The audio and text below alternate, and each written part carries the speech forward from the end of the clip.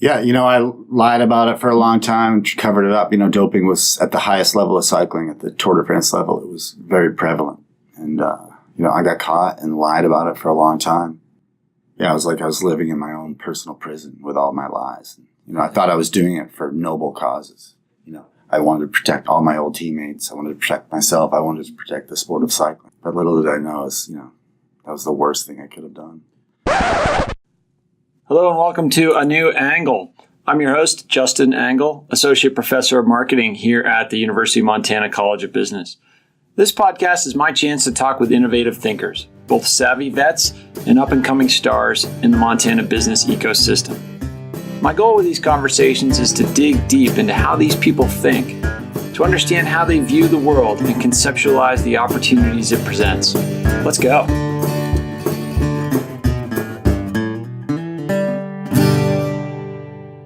Hello and welcome to A New Angle. Thanks for tuning in.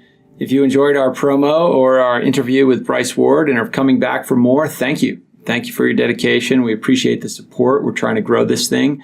And if you're new to the show, we are excited to have you. So please spread the word. Help us grow this audience. Today was a really interesting conversation to me, sort of special and emotional and complicated at the same time. I got the chance to catch up with Tyler Hamilton. Many of you might recognize that name. Tyler is a retired professional cyclist, a professional cyclist at the highest level, Olympic gold medalist. He rode on 3 Tours de France with Lance Armstrong during his reign of terror over there, and has won numerous other races and competed at the highest level. But that all came crashing down starting in late 2004 when he was popped for doping, positive test for blood doping. And he had a long fight with that, but eventually he was one of the first guys to come out and tell the truth. And in many ways, his truth is to me the most transparent of all those stories. He wrote an excellent book in 2011 called The Secret Race. I encourage you to check it out. He's told his story on 60 Minutes. There was a great profile of him by Graham Benzinger that's available on YouTube. I encourage you to look at that. And his story about that whole part of his life and the realities of professional cycling, that's been well told elsewhere.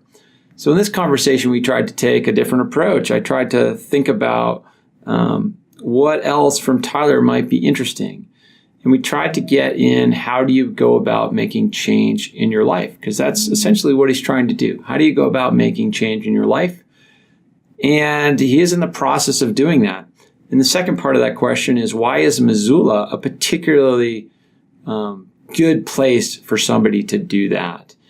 It was a fun conversation. I enjoyed getting to know Tyler more.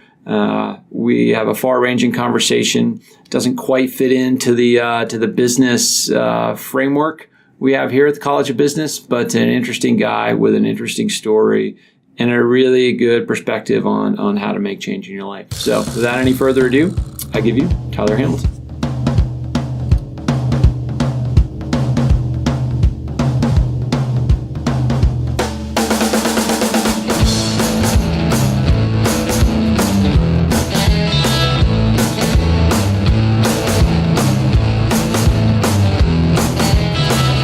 Okay, so I'm here today with Tyler Hamilton. Tyler, thanks for coming on the podcast. Thank you for having me. It's an honor to be here. So you are, it's funny, you kind of operate in this space where there's a large percentage of the population who doesn't know much about you or who you are, and then there's this white-hot segment of the population that feels like they know a whole lot. Sure. Yeah, so maybe just tell us a little bit about who you are and the path you took to get to Missoula. I know that's a huge question. Yeah. We'll get into some of the details here. Yeah, right. Who am I? Yeah, I grew up, I'm an East Coaster. I grew up in just north of Boston. Marblehead? A town called Marblehead, yeah. So I got Boston in my blood, which means I'm a Red Sox fan, a Patriots fan, Bruins, and Celtics. Yes, indeed. Yeah, so I love sports. Grew up, really enjoying sports. That was my favorite sport growing up, downhill ski racing. Mm-hmm. Really thrived. And so we talked about it. I grew up in New Hampshire, so a lot of the similar kind of stomping grounds from our youth. I remember actually my first kind of touch point with you was at the Mount Washington hill climb. It was You were there? 96 or 97. Nice. Yeah, and Yeah. this legendary pro collegiate national champ just comes in and rides away from the whole field. It was pretty, and that's a brutal event. That's one of the hardest hill climbs, I think, in the world. You said like 22% at the top. At the top, it's like 22%. I think it's like 7.5 miles at an average grade of like 12.5%, which you don't see anything close to that in the Tour de France. No. Not even close. I think the running times are almost as fast, if not faster, than many of the biking times. That's correct, yes, yeah. And I certainly felt like I could probably be running faster than I was riding my bike. Did you run it? I've ridden up it, yeah. Yeah. Ridden or run? I haven't done the running race. I've done the bike race. Good for you. Yeah, a lot of suffering. So anyway, we kind of bounced into the intro there, but so Tyler, former professional cyclist at the highest level of the sport, one of the most decorated American, but also cyclists worldwide. And then the thing that I think propelled you to many people's radar screen was the doping stuff and how you told your story. You've written a wonderful book called The Secret Race. 2011, that book came out, 2012? I think it was 2012, I think so. Yeah. Yeah, right when I moved here. And so you've told that story so honestly and with such sort of just raw transparency on a lot of other platforms. I encourage listeners to check that out. I just saw you did a really nice series with Grant Benzinger, in-depth interview series, and your 60 Minutes appearance, and many interviews. So listeners can get that information elsewhere. But kind of what I'm interested in this conversation, if you're willing, is to talk about making change in your life, finding opportunity when you need to, hustle, the doors close, and then also a little bit about why this community of Missoula is a place where you've been able to do that. We moved here at about the same time, 2012, and I moved here for a job. You moved here. But why did you move here? I moved here just for a change of pace. I was living in Boulder, Colorado, which is a great town. I went to college there and then kind of called that my sort of home base. I raced over in Europe professionally. You'd be over there for 9-10 months out of the year, but then it was always nice to come back to Boulder. Yeah. Great place, but it was, there were a lot of things going on at that time in 2012, and it was time to make a change. I had heard Bozeman was like a small Boulder, so that got me interested in Montana originally. And then I started to do a little bit of investigating online, and I saw Missoula, and I really just fell in love with it. And I said, I don't want a small Boulder. I want something totally new. Nothing against Bozeman. Bozeman's a great town. Yeah. Beautiful. But Missoula is a special place. So then had you been here before? Were you just like, hey, let's go check it out? Or I came here for like a long weekend. I drove up from Boulder. I think I was here 3 days. And I knew it. It grabbed you pretty quickly. It grabbed me quickly. And I was like, this is a great place. And obviously it's beautiful around here. You can get out in the middle of nowhere very quickly. Yeah. But it's the people. The people are great. The people are what make Missoula so special. Yeah, so what is it about those people? I feel the same way. I mean, I kind of have some ideas. It's a sense. But what have you found about the people here that have been just down to earth and pretty relaxed? And most people leave their ego at the doorway. And I like that. Coming from Boulder, Boulder, there's a gazillion athletes, high caliber athletes. So there were a lot of big egos there, and that was kind of hard to get away from. I feel like I'm a normal person here, and people treat me like a normal person here, which I love. And that's working for you now. It's great. Yeah, I am a normal person. I mean, I would think in Boulder at that time of your life, it's almost like living a Strava segment, if you will. So for listeners that don't know, Strava is like this social media exercise logging platform where like you upload your workouts and everybody's examining you and comparing them themselves. I mean, the culture in Boulder almost feels like you're walking around in a lot of comparing, a lot of people looking at you. So here you can kind of move here. I've been here 5.5 years. I feel kind of like I've been on some sort of little getaway. Yeah. Some sort of retreat. But at the same time, fantastic. Although I've had to deal with a bunch of stuff, I finished writing that book here. It took me about 2.5 years to write. And I think the last 6 months were here in Missoula. Yeah. And then I came out when I was here, and then that book, it was a big deal for a while, I guess. It's I think it's huge fair to deal. say. And so that it was a couple years of just kind of dealing with all that, the fallout from all that. I guess the good, the bad, and the ugly from that book. Yeah. So what? So I assume you did a book tour of some kind and did some. Not necessarily a book tour, but yeah, I guess I travel a lot. Right. Promote the book. Yeah. Tell the story. I mean, I've seen you talk a couple times at the Wilma. I saw you talk at the. It was like the Chamber of Commerce dinner last year. Yeah. And I mean, the way with which you've told your story is you've just gone so much deeper than anybody else in a style that's totally believable, totally transparent, and admirable to me. Particularly as somebody who's a huge fan of yours and the sport, and it's just such a breath of fresh air in a way. Yeah, I lied about it for a long time, covered it up. Doping was at the highest level of cycling, at the Tour de France level. It was very prevalent. And, I got caught and lied about it for a long time. Yeah, it was like I was living in my own personal prison with all my lies. And, I thought I was doing it for noble causes. I wanted to protect all my old teammates. I wanted to protect myself. I wanted to protect the sport of cycling. But little did I know that was the worst thing I could have done. So when I did feel like I had the opportunity to tell the truth, it was like a huge weight off my back. Mm-hmm. And I saw how it could help other people. And yeah, I've just kind of gone with it.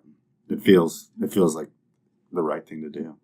I wish I'd done it way sooner. I wish I'd never gotten involved, but it was a pretty rotten sport at that time, at the highest level in terms of doping. Yeah.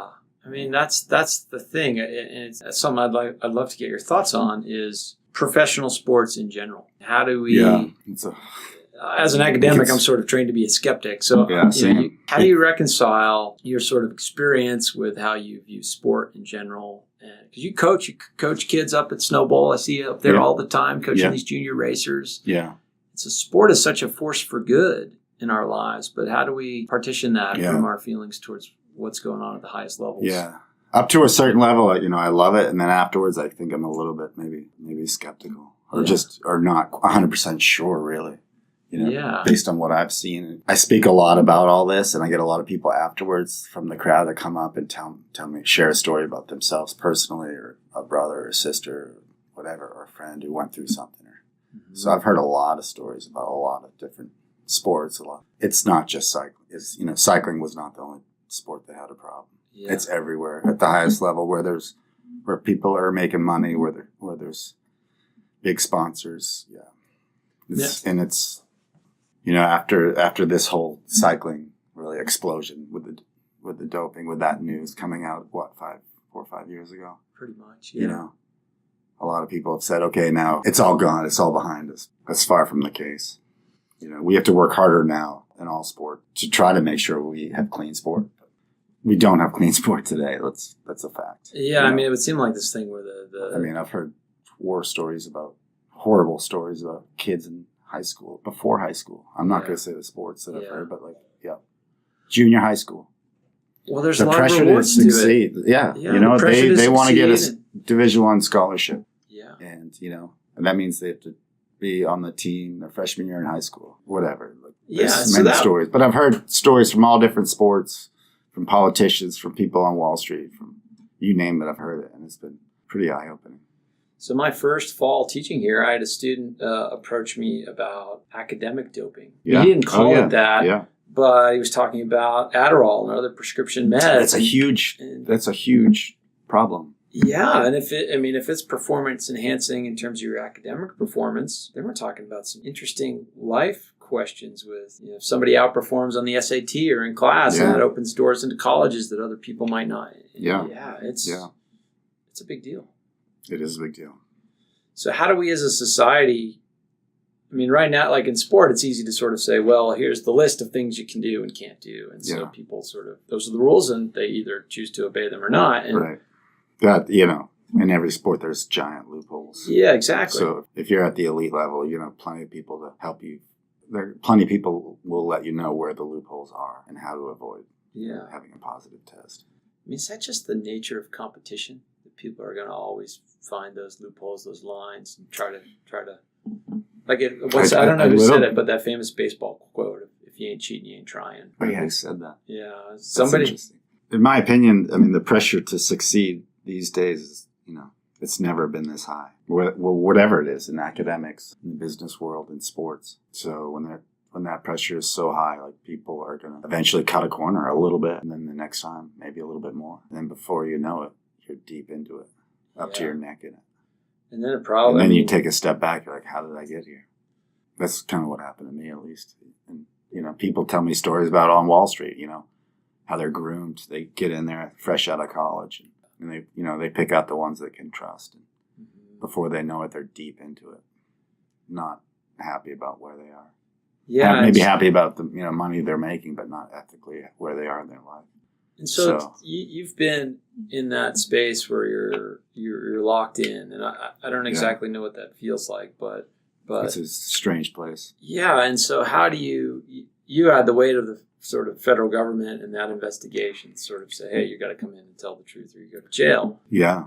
Some people don't tell the truth even in that instance. Oh yeah, many didn't. Didn't, and I can tell you a few. So how do you make change in your life when you feel like the walls are closing in? Honestly, I felt like I was lucky that all happened. It kind of reset my whole life. It totally grounded me. Yeah. It opened my eyes, and it was like, wow. By just telling the truth, I saved myself. I was a mess inside. I was a mess inside. I was in my own personal prison. I thought I was doing it for all the right reasons. I got to keep this secret. I got to take it to the grave. So for all my old buddies that I'm really not even friends with anymore, but I got to, protect them, old fraternity mates in a way. Mm-hmm. I got to protect the sport. I don't want to be that guy. And then eventually it was like, I got a call from Jeff Nowitzki, a federal agent. There was an investigation into Lance Armstrong in the old U.S. Postal team. And I was like, okay. Backed up to the edge of the cliff, and it was either jump off or tell the truth. Right. And I went into this courtroom in Los Angeles, sat there for 7 hours and just unloaded the truth. I went in with like 100-pound backpack on, and I came out. It was gone. Yeah. Obviously, there's been some tough moments since then. For sure. But since then, life has changed a lot. Been heading uphill again. Yeah, in a good way. Let's get into some of that life change. So, I'm sure that moment was sort of the end of the beginning in a way, and then all of a sudden life gets crazy with a book and 60 Minutes and media and lawsuits and all that stuff. Sure. It seems like some of that dust has settled to some degree. Oh, I would say a lot. I mean, there's still stuff out there that's happening, but it's settled a lot for sure. So now you're here in Missoula. For sure. It's you got your feet on the ground here. Yeah. But I'm sure as a professional cyclist, you did quite well. But it's not like you're Barry Bonds retiring. You got to work. You got to. No, I'm starting over financially. Everything. I'm kind of starting over. It took a little time to kind of come to terms with that, but it's been good. I think it's been good, really good for me. Okay. I'm starting over completely, and what better place than Missoula, Montana? Sure, and so you have. I feel pretty lucky there. I mean, you've done a bit of real estate work, but that. Yeah, I tried the real estate work. I was a realtor for about a year at Peak Realty Group, which is a great group of people. I had a blast. It wasn't really me. Mm-hmm. But at that time, I was like, I had gotten back from a trip where I did a bunch of talks. I was a little bit tired of it. I came back and I was like, I want to do something completely different. Totally different. But during that year of being a realtor, I realized that I missed kind of focusing on the things that I really like to do, which was coaching business, cycling coaching business. Yeah. Tyler Hamilton training. Yeah. So that's been fantastic, and focusing more on that. Focusing more on, I spent a lot of time working on the fight against MS. Yes, okay. So I've been doing that since 1997. So I've kind of doubled down on focusing more on that. I do a lot of work with this charity in Colorado, in Vail, Colorado. Okay. It's called Can Do MS. So what was the connection point to multiple sclerosis? Well, originally, growing up, there was a ski racer by the name of Jimmy Hugo. Okay. Who was an absolute stud. He won a bronze medal in the 64 Olympic Games in the slalom. And then by the late 60s was feeling symptoms of MS. So I knew all about him when I was growing up as a ski racer. Sure. And I heard about this disease that he had, which was called MS, multiple sclerosis. And then years moving forward years, I was a professional cyclist, and a good friend of mine, his mother-in-law had MS.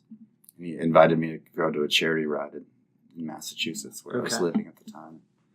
So it kind of started out simply like that. I went and did a 75-mile charity ride, and I met people with MS. I met people whose husband or wife had MS, and they were there riding for them, or a coworker or a friend. And I was like, wow, this is... And I felt like me being there was helpful. And I said, I'm going to keep doing stuff like this. And it's just grown and grown and grown over the years. Yeah, and so now you do this work with MS Global, and you do these. I put on a ride called MS Global. I started that 15 years ago. It's been awesome. It's a week-long ride every September. Yeah. We change locations every year.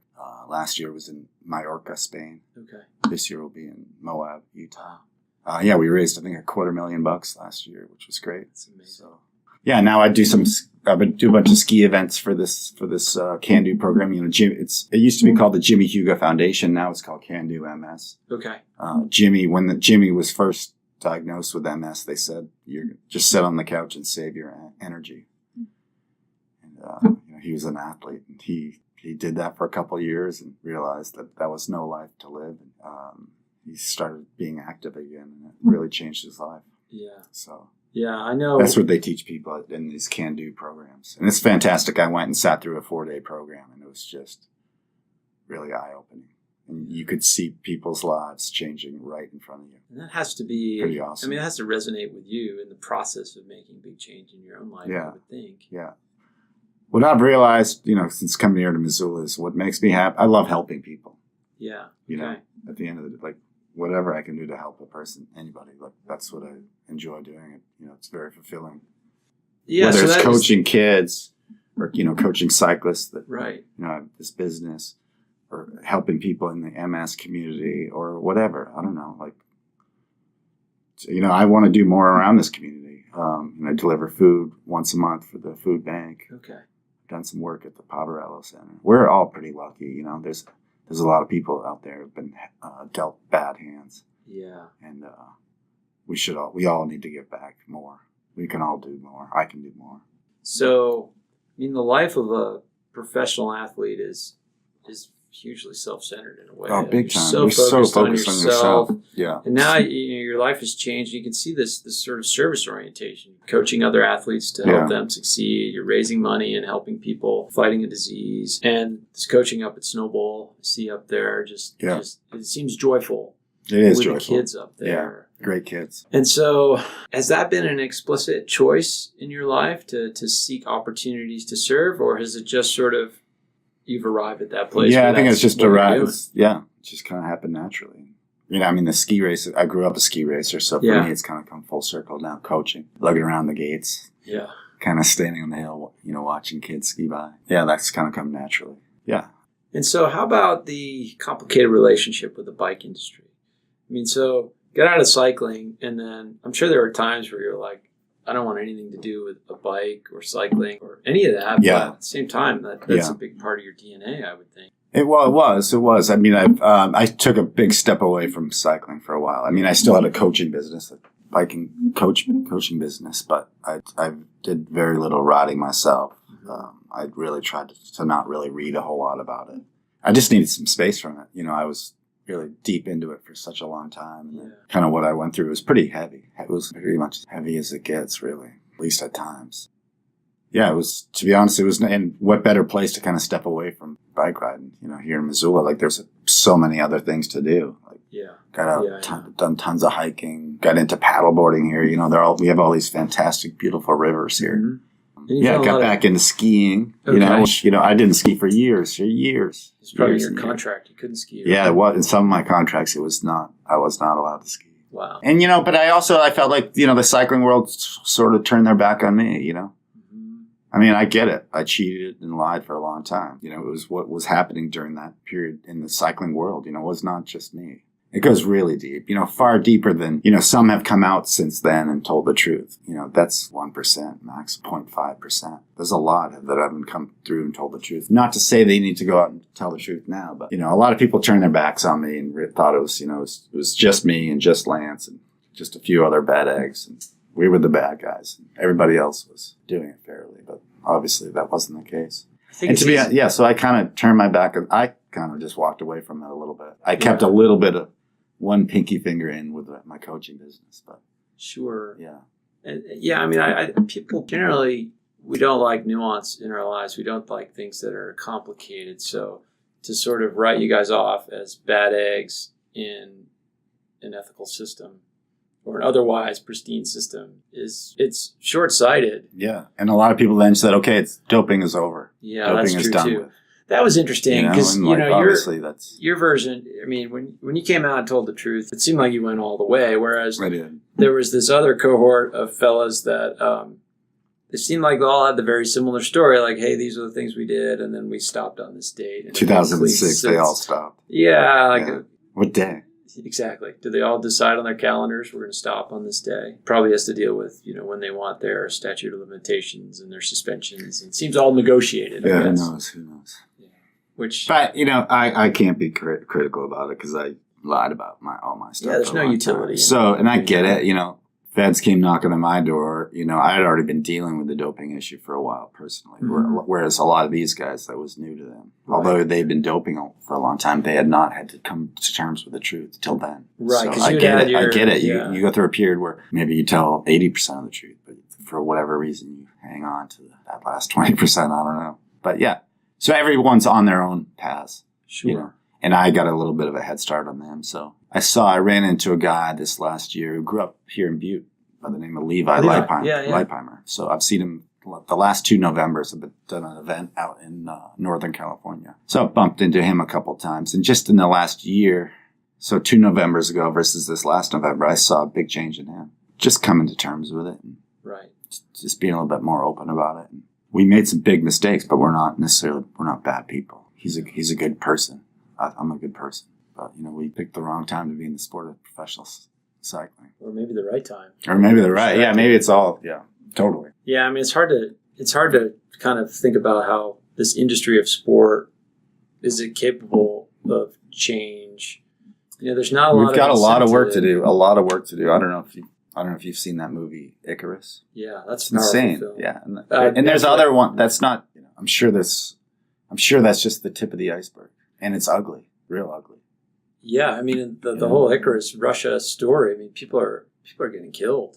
People are getting killed. People are getting killed. It's getting pretty serious. Yeah, And so you think about that on they are like NFL franchises. Those things will trade for $1 billion. I mean, these are giant corporations, businesses. Yeah.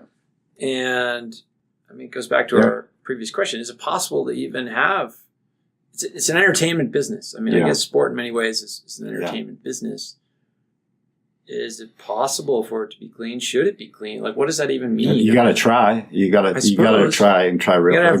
And we got to try harder. Although there are some that argue, let's just, eliminate all doping control and let people do what they want. So what does that tell the young athlete then? I agree. So you can't. So I get that argument, but it's a flat out, you can't do that. Yeah. I mean, I think it sort of has some logical consistency. A little bit, but level, then what do the young athletes do? They're going to follow, what they're... Yeah. From day one. Those athletes that they look up to, they're going to do the same thing. And the message they get is that this is the way to succeed. And you talk about that with skiers, the juniors, and all that. Do you guys get into that at all? I work with like 8 to 14-year-olds. Some of the, I guess 13, 14-year-olds, I'll talk to them about kind of what I've been through. And, give a little warning to them just to keep your eyes open, listen to your gut. Don't ever feel rushed to make any big decision. I wish I had kind of taken a deep breath and a couple steps back before I, first started, that first little red testosterone pill that I took back in like 1997.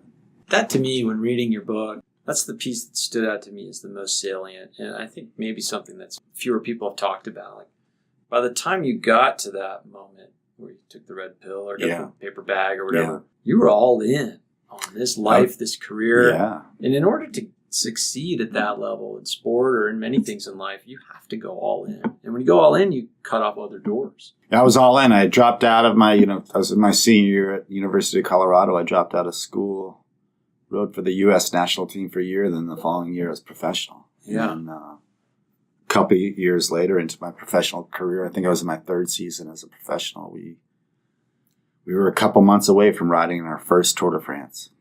That's, that was when it was presented to me. Yeah. And it was in a hotel room in southern Spain. And you're either in or out. Yeah, it was basically in or out. Yeah. And so, had I known what that was going to lead to, just in terms of the doping, how much, I would have been on that first flight back to Boston. They slowly groomed you and, started out with a couple red pills here and there, a little injection here and there of EPO that the doctor would administer. And then before I knew it, I was getting handed this little white lunch bag of the goodies to take home with me in between the races. And it almost seemed like that system was one the athletes aspired to. Like, I've arrived. I get the lunch bag. Like, I want to be in that elite group. And that's the whole thing. It's like you're fighting to get in the elite, the elite selection, all that. And so it's not only you don't have other options, or you feel like you don't have other options, but it's also this thing I've been working for my entire life. Yeah. I do remember before I started doping, looking around at some of my teammates getting handed these little white lunch bags after races and not really knowing what was in them or why I didn't get one. And then I did figure it out, before I ever got one. And that made me motivated to work even harder to prove that I didn't need one. But, okay. Yeah. Okay. But eventually it was back then it was 99% at least Peloton was doping. So it was hard to compete against them. So eventually I crossed the line. The doctor came into my room and, gave me a pretty heartfelt speech and told me it wasn't cheating. It was for my health. And doing that, it was being professional. That's what all the professionals did. So. Do you reach and then I felt kind of like I was invited into the fraternity. I felt like at that moment I went from the B team. Within my team, I went from the B team to the A team. Right. And a couple months later, I rode my first Tour de France. That was 97? I thought that was going to be my first and my last one. So I was like, hey, Mom, Dad, come over early because I don't know if I'll finish. Right. But I was like, I saved everything back then because I thought I'd probably go back to school the next year and finish school and be onward. Sure. But little did I know that was just the start. Just the very beginning. A couple of years later, I'm trying to help Lance Armstrong win the Tour, as his teammate. And then a couple of years after that, I'm trying to win the Tour myself, which is just insane. I was just happy to be on the start line, just to have a number. Yeah. Like one of these on your wall. And I thought, honestly, that was as good as it was ever going to get. And then I was like, oh, maybe I can finish this thing in my first year. And sure enough, I did finish. Just kept growing and growing. And the same with the doping, same thing. It was just little by little. It was like you got a little bit more into it and more into it. The pressures got higher. Is there ever a point where it's just such a part of the fabric of your existence and the culture that it's not even thought of as cheating? Yeah. Some of my old guys I used to race with, they have said publicly that they didn't feel like they were cheating because everybody was doing it. But I always felt I knew it was wrong. Well, if it's secret. I have two great parents that taught me the difference between right and wrong. I had made plenty of mistakes as a kid, but for them, it was no lying. They allowed, I got away with some stuff, but when it came to lying, that was it. No messing around there. Tell the truth or else. So what's that process? And so I always fought with it, and I called them committee meetings. So I'd be up from 2 to 3 in the morning. I'd be there and wherever I was living at the time, over in Europe, like in Spain, looking at the ceiling. It bothered me. And honestly, I thought this is way too big of a secret since everybody's really doing it for it not to come out. And that was my biggest fear. I would stay awake at night sometimes, so fearful that the truth would come out. Yeah. But it was such a big secret, and everybody was in on the secret. Not only the riders, but the staff. These teams and a lot of the sponsors knew and all that. And it was like, how has this stayed secret for so long? And it didn't just start when I got there or when Lance got there a few years before, Doping and cycling had been going on for, forever, really. Just different things over the years. But what do you think it is about cycling that makes it such a target for that? Because it's going on in other sports. Track and field is rampant. Yeah, I've heard stories about every big sport. I've heard stories about from baseball. People from good sources. Yeah, for sure. And it's happening everywhere. It's ski racer. It's happening in ski racing. It's happening in the 4 major sports here in the States. It's happening in cross-country skiing. It's happening in running. You name it, it's happening. It's there. I'm not saying all the elite athletes are doing it, but there's a lot. There are some that are. And what was your question? Well, it seems like there's not a lot of incentive for these leagues, whatever it is, the NFL, the NHL, whatever. I don't know if they want to catch. Well, that's it. I was right about the time where you were starting to really get into it as a cyclist, that was the late 90s when, you had the Barry Bond, you had the whatever it was, the Mark McGuire, Sammy Sosa home run race. Yeah. It's like 98. And people are printing money. Yeah. Watching these, these sort of monstrosities of human bodies pump out home runs. Everybody's making money. Yeah. I was at like some sort of sports seminar speaking, I don't know, maybe 3 years ago. It was back in Boston. And they had a bunch of different big rooms where people were speaking. And the room next to me was Adam Silver, who was the NBA commissioner of the NBA. And they said, this is what I heard at least, one of the journalists said, Tyler Hamilton is next door speaking about doping and cycling. Does the NBA, does the National Basketball League have a problem? He just said flat out, there's no doping in basketball. Wow. That's not the right attitude to have. No, particularly as a commissioner. No. You gotta make sure you're doing all the tests and all that to make sure that never happens, because it's possible. Yeah. But that kind of attitude. Yeah, I don't know the answers either. I mean, you think about it, the world that I live in a little bit with brands and marketing. Yeah. Big brands are attaching themselves to athletes like you and Lance or whoever it is, and they have an easy out. The test goes positive, they can just say, oh, we're out. We had no idea. Yeah. It's hard to believe that these companies had no idea as this was going on. Yeah. So, for sure. Yeah, there's these entrenched power structures that have. But they don't pay. Have to pay the price like the athlete. No, not at all. I mean, you guys pay the price in terms of how much destructive force it has in your life. Yeah. Consequences for your body. You can be ostracized from the sport. I'm sure there was a time where you were like, well, no companies. I don't think about how far Lance has fallen. Yeah. I mean, he's picked himself up and he's moving forward again. But he had one of the largest falls from grace for any athlete, I think, in the history of the world. And he wasn't, the only one doing it. The only one in his circle that knew about it. There were plenty of people that aided that. He hasn't gone on to talk about it yet. Hopefully someday he will, but I think that would help. Yeah. Him and the sport. There was a big circle of people around it supporting it. And now, as soon as it all goes bad, everyone turns their back. Oh, I knew nothing. Not to defend his actions, but the system was large. Yeah, it makes you wonder, how change actually happens. I guess it happens. Now it's all about enjoying sport, enjoying being active. So let's talk about that for a second. So I've known you around town a little bit. We got mutual friends, but then I stumbled into this podcast a few weeks ago you did with Ryan Corey. Great guy. Bikepacking. And then I remember following your Instagram that you had done this trip from Banff down through Whitefish on the Continental Divide Trail. It was so cool. Yeah. So cool. So it seems like there's this type of cycling now that has maybe rekindled a bit of passion for you. Yeah, for sure. Yeah, it's called bike packing. It's like backpacking, but on a bike. They have all these really cool bags. Yeah, I tell people about it, and they're like, how's that? I know, most people are like, what? It's basically bike touring, whatever you want to call it. But with better gear. Way better gear. You're not having those, the bags are pretty sleek, so you're not pushing a lot of extra wind, so to speak. Yeah. I don't know, it's great. I'm a total rookie at it, but I got some, I was fortunate enough to get a bike from I have a couple sponsors, and I was able to get a bike. That's an Open Cycle? It's a Canadian bike. And is it Gerard Vermin? Because they did Cervelo when you guys were on CSC. It's a guy who used to do Cervelo. Yep. It's called a gravel grinder. It's in between like a cyclocross bike, and a mountain bike. Okay. So it basically can go wherever a mountain bike can go, minus the super rocky, big drop off kind of trails. Mm-hmm. It doesn't have suspension, but yeah. I rode it on I've ridden it, in the last year on a lot of technical trails. So you can ride it anywhere on the road, on the gravel, on the side of the road if the road doesn't have much of a shoulder. These days with people on cell phones driving. Yeah, and in Montana too. We don't have great bike lanes here, just in general in Montana. So sometimes when you are on the road, I ride, 5 feet over in the dirt on this thing because it can handle it. You're not going to get it flat. And so getting out there by yourself in the wilderness, it's got to go back to some of your childhood in the White Mountains. And some of the pure aspects of sport. I just love being in nature. I love animals, love them. And being able to experience, I love being, I like doing a lot of it by myself. It's fun. I'm kind of an introvert. Yeah. And I did this great route from Banff, Canada down just a little bit outside of Whitefish. Okay.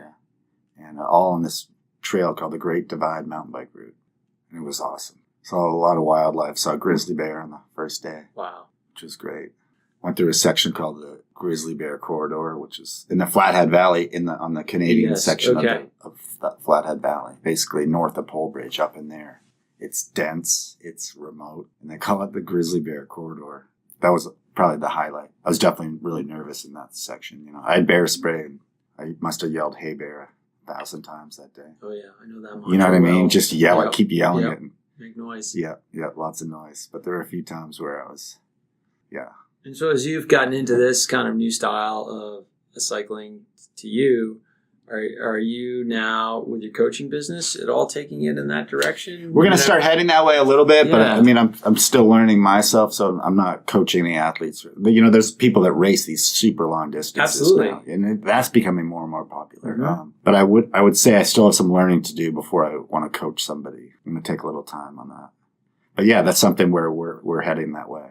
Whatever people need in terms of coaching on the bike, However they want to get better. Yeah, for sure. That's one question I have. So we coach mostly weekend warrior types, people that have families, 40 to 50 hour a week job, limited amount of time to ride their bike, but they love riding, and they might be getting ready for a charity event or one of the grand fondos, as they call them. Or some people like to race a little bit. But most so of what our is people your are weekend warriors. Like, how do people, or how do you kind of differentiate your coaching? Like, what is your...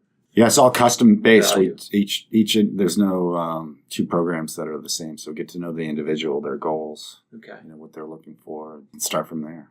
It's a little bit of a process to get going. But once you get going, it's I don't know. You see their improvements pretty quickly, and for me, that's the best part is to hear them smiling. Yeah, and then you on the ride phone, with these on the people telephone. too. Sometimes I get to ride with them, but a lot of it's from afar. So to hear them just happy on the phone. Or sometimes you talk to their significant other on the phone there, and they're like, "Oh my God, they're so happy now! Thank you! Like it's helped our relationship because of it." And like that's music to my ears. Yeah. I love hearing that. Our hard work is helping. Well, it sounds like you've kind of figured out ways to work in service of others, but also in a way that you find joy in cycling and in the more pure aspects of sport. Yeah, I mean, I don't really like to compete anymore. Yeah. I mean, competition in a way sometimes takes away the pure joy of it. I love just riding my bike. I didn't realize that for a while. I kind of turned my back to riding, and it's awesome. Or get out hiking or whatever. Sometimes, not to say competition is bad. Competition is great. As I look up on your wall with all these race numbers. Well, but but like sometimes, I've competed my whole life. I competed at the highest of high levels. For me now, it's just about enjoying being outdoors. And, and it's good for you too, right? Absolutely. Not only for your head, but just for your mind, for your body, for your soul, everything. It's great. To turn your back on it was not an option. I'm glad I kind of saw the light, so to speak. Yeah, I mean, I think the overall arching theme of this conversation is that life is messy. Everything's messy. Life is messy. Yeah. This thing, sport, and the industry surrounding it there's so much good in it. There's a lot of good, but I think with everything in life, it's not universally good. Yep. Keep your eyes open. Listen to your gut. Yeah. I wish I had done that more in my life. Right. Don't rush into any major decision based on the pressure that somebody else might give you. But yeah, try to enjoy life. And I don't know, now I try to take life a little less seriously. And, I mean, I'm serious about the things that I do, but I try to kind of let my hair down a little bit and just enjoy everything. Life's pretty amazing. It can get complicated sometimes, but it's the only shot we got. So at least as far as all of us as far as we know. Yeah. So Tyler, I can't thank you enough for being so generous with your time. Oh yeah, anytime. And just your openness and your willingness to just jump in. We don't know each other well. Yeah. I hope we get to know each other better. Absolutely. As I said before, like I've been inspired and respectful of how you've shared your story, and I've often heard you say like, "Hey, open book, ask any question." Yeah. So as we close here, I guess my question for you is there a question that nobody's asking that you're kind of surprised by? A lot of people ask you the same questions. I know we talked about some of the, a lot of the doping stuff. But what's the question that people aren't asking? I don't know. That's a good question. I don't know. I think, what are people not asking me? It's a stumper. You have stumped me. No, I don't know. I don't really think about that a lot. Well, then how about what's next? What's next for you? What's the next thing the next change for you? The next change? Yeah. The next change. I don't know. Just continuing doing what I'm doing. Some things are evolving. You know, I got my partner up with a buddy, my old best friend back in Boston. He wants to build some cool homes out here, sort of like base camp home type thing. Oh, interesting. Kind of built for the adventure. Sure. You know, place to sleep. but and built have your for toys. the sort of the younger crowd. Not very expensive. So yeah, we'll see. We're now just talking about it, but he's certainly very motivated. And I feel like I'm getting to know this area pretty well, so we'll see. I'll keep you posted on all that. But yeah, continuing to help the MS community, continue doing these talks. I've got a couple international trips scheduled this year, I guess, 2018. Wow, 2018. Yeah, we're here. I know we're already here. One's in Ireland and one's in Argentina. So I'm going to try to schedule or try to plan a bike pack trip around those. Nice. Yeah. Send you some pictures. Please do. Coaching business, continuing working hard on that. It's been slowly growing over the years. It's been a lot of fun. Who knows what else is out there, but I'm definitely open. Yeah, I'm definitely at an interesting part of my life right now, kind of starting over in many different ways. Yeah, I'm enjoying it. I'm enjoying just the ride, I guess. Awesome. Well, that's a great way to close it. Enjoying the ride. Yeah. Again, can't thank you enough for your time. Awesome. And for your contributions to this community. So thanks for having me on your show. That's fun. Thank you. We're good? Yeah, we're awesome. Good. You're a good interviewer. Oh, I don't know. I mean, what do you mean you don't know? Take it. You're not good with compliments. Take the compliment. All right. Thanks for listening to A New Angle. We really appreciate it. If you enjoy this podcast, there are several ways you can support it. First, rate us on iTunes. Ratings help others find the podcast. Second, write a review. The more reviews we get, and hopefully positive ones, the more we can grow the show. And third, just tell your friends about it. In addition, you can also support A New Angle financially. For information on sponsorship opportunities, please visit our website, www.business.umt.edu/anewangle. There you will also find a link to donate to the pod. Before we go, I'd like to thank a few folks for making this project happen. First, my colleagues here at the College of Business for supporting this endeavor. In particular, I'd like to thank Professor Josh Herbold for writing and recording music for the show. We also have music provided by Switchback Records, a student-run record label here at the college. And thanks to my producer, Stefan Borsum. Finally, if you have any questions, suggestions, comments, insults, whatever, please email me at anewangle@umontana.edu. Help us spread the word, and be sure to use the hashtag #ANewAngle on all your various social channels. Thanks a lot, and see you next time.